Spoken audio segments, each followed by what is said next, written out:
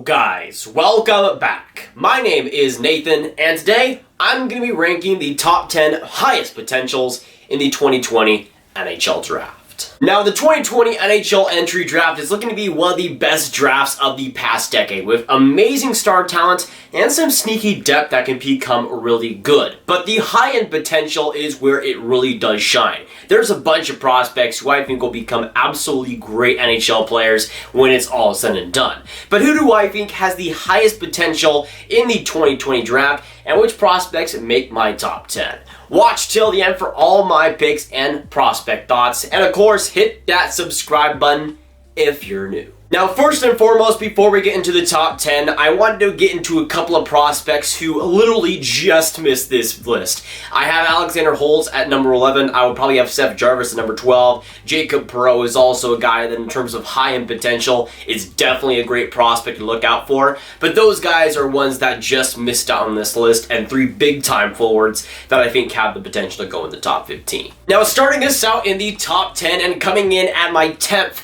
highest potential of the 2020 NHL Draft, I have Canadian defenseman Jeremie Poirier. Now, Jeremie Poirier is certainly one of the more boomer bust prospects in this draft. A guy that I think will go in the first round, but probably more in the 25 range. But he's a guy that, if he fulfills his potential, I think can become a top 2 offensive power play quarterback type defenseman. But if he isn't able to fix some of his issues, might not even be able to make the NHL level. Now, thankfully, when it comes to Poirier, his strengths and weaknesses are pretty obvious, so that will definitely be something to work on. But when it comes to his strengths, his puck skills are one of the best in this draft, not even just for defensemen. The offensive IQ is through the roof, the skating is very solid, and the amount of offensive generation he's able to put out, even on even strength, is very good to see. But the defense is where things get a little bit spotty. I think in the neutral zone he's pretty solid, but in the D zone there is times where he can look absolutely lost, like he doesn't even know he's playing a hockey game out there.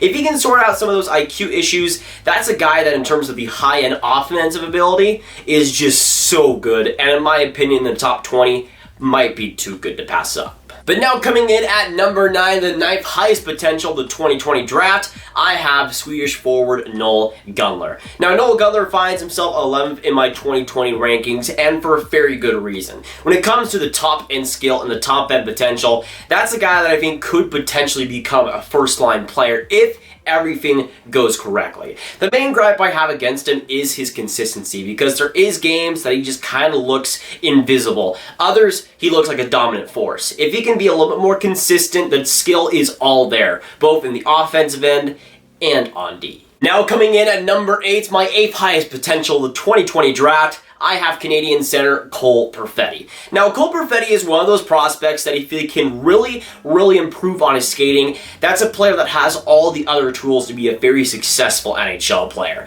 Now, I don't think he's top 5 when it comes to potential, but a lot of the tools are there to be a great NHL player. You have the IQ, which is one of the best in the draft, I think. Puck skills, which are great. The shot, that's fantastic. And playmaking skills, that's gotten a lot better over the last year. But the main thing against him, I think, and for good reason, is the skating. There can be some issues when it comes to just acceleration. Some of it as edges can be a little bit inefficient, but if he can improve on that just a little, I think he'll have no problem at the NHL level, and the skill will be apparent on day one. But now, coming in with my 7th highest potential of the 2020 draft, I have the main goaltender of this draft, that being Russian Yaroslav Askarov. Now, Yaroslav Askarov is 12th in my rankings, and it's mostly because I don't put goaltenders in the top 10 pretty much ever. That's like a rule for me. But Askarov is making that quite a bit different. When it comes to just pure potential, he's one of the best we've seen since Vasilevsky, Carey Price, you name it. When it comes to just being technically sound, being strong, being tall, he really checks all the boxes. Although goaltenders are always wacky, if he fulfills his potential, I could see him becoming a top 10 goaltender in the NHL someday. It is a lot of pressure, but that's what Askarov has been facing in the past couple of years, so I don't think he'll have a problem with that. But now coming in with my 6th highest potential of the 2020 draft, going into the second defenseman in this top 10, that being Jeremie Drysdale. Now Jeremie Drysdale is 7th in my prospect rankings for 2020, and again, for good reason. When it comes to his offensive upside, there is so much there. The skating is one of the best in the draft, puck handling, he's very smooth and connected, and the offensive IQ is very good from him. Although there is some things to work on, I think, when it comes to maybe the puck skills, maybe his shot can improve, he's already a pretty overall solid defender, and the defense has been getting stronger and stronger, especially compared to last year. The World Juniors was a huge showcase to him where he really showed his defensive regimen, and I think that's something that will translate. I think he can be a first-line guy, maybe even a number 1 defenseman, if the potential pans out. Now coming in at number 5, and funnily enough, the guy I have at number 5 in my prospect rankings, that being Marco Rossi. Now the Austrian stud himself is one of the best prospects in this 2020 draft, and he finds himself as a guy who's been rising consistently over the past few months, and his play has also been rising too. He finished the season with 120 points in the OHL, being 1st in OHL scoring, and just being a dominant player overall. Now I think kind of like Cole Perfetti, there is some skating issues that I think are kind of overblown, but there is still some things to work on. But when it comes to offensive IQ, when it comes to just generating chances, generating shots, there are few players in the CHL and across this draft that are better than Marco Rossi, and he's a guy that I think has the potential, certainly, to become a first-line center at the NHL level. Now coming in at number 4, though, my 4th highest potential in the 2020 draft, I have the German man himself, Tim Stützle.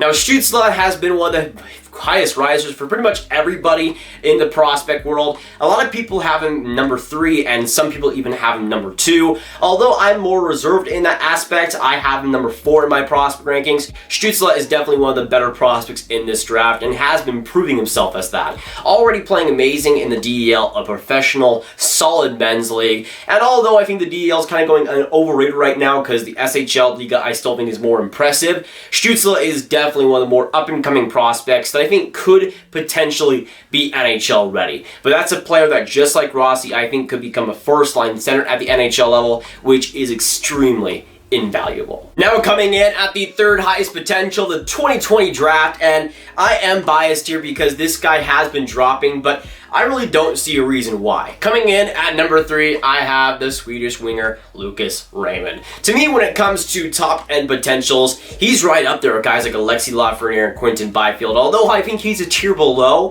he's still a guy that I think can become a first-line player at the NHL level, and potentially even a franchise-type player that the team that ends up drafting him will build around. When it comes to pure offensive skill, Lucas Raymond is so good. He does all the little things that you want him to. He's super smart out there, and already in the SHL, with the very few minutes he's played, he's been able to make the most of it. To me, defensively, also has a lot of potential to become a really feisty, shut-down winger out there. Although I don't think he's the best prospect in this draft, I think he is the best European right above Stutzle and is making the case for it over the year. For some people, he's been dropping. Again, I don't see a reason because of that, but the high-end potential of Lucas Raymond is one of the main reasons why I have him so high. But now coming in at number 2, and speaking of top-end potential, coming in at number 2, I have Quinton Byfield. To me, the only real player that rivals Lafreniere in just pure high-end potential is Quinton Byfield. And a lot of people seem to forget that he was a 2-point per game throughout a lot of his OHL season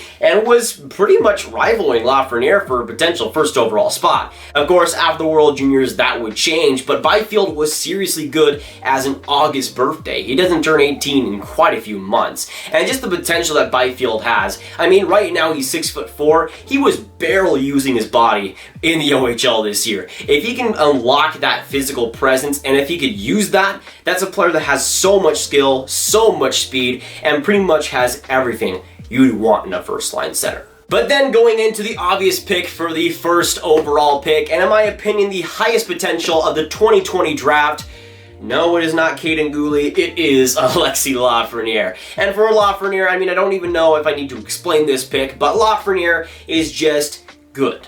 I would say that for sure. In the QMJHL, 112 points in 52 games for the Rimouski Oceanic, was the MVP for Team Canada in the World Juniors. When it comes to IQ, puck skills, skating, defensive regimen, even using his physical body, Alexis Lafreniere is a guy that brings you everything, and especially as a winger, that can be super important. There are some people comparing him to Sidney Crosby, but I think the comparable more is a guy that, like Mark Stone, who I think would score more than him, but have an amazing two-way game that directly translates to the NHL as soon as next season. But there you have it. That is my top 10 highest potentials for the 2020 draft. Of course, with this video, I need to hear y'all's thoughts down in those comments down below. Let me know what you agree and disagree with, and also let me know who you think has the highest potentials of the 2020 draft. Of course, with this video, make sure you hit that like button, hit that subscribe button, and hit that notification bell for more videos just like this one. Share this video, boys. Get the word to your friends and anybody that you know is locked home right now.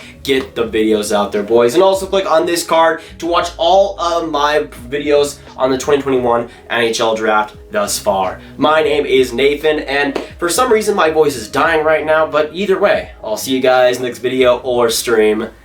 Goodbye.